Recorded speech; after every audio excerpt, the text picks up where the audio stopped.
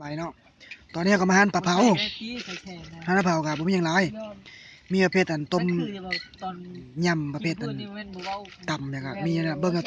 ตามราคาแล้วราคาก็มีตามนี่ล่ะผู้ใดที่จะมาก็มาเนาะมันเป็นหั่นได้เนาะปลาเผานั่นก็เป็นเบอร์โทรของเพิ่นเนาะเมามื้อนึงเมนูเพิ่นก็มีหลายอยู่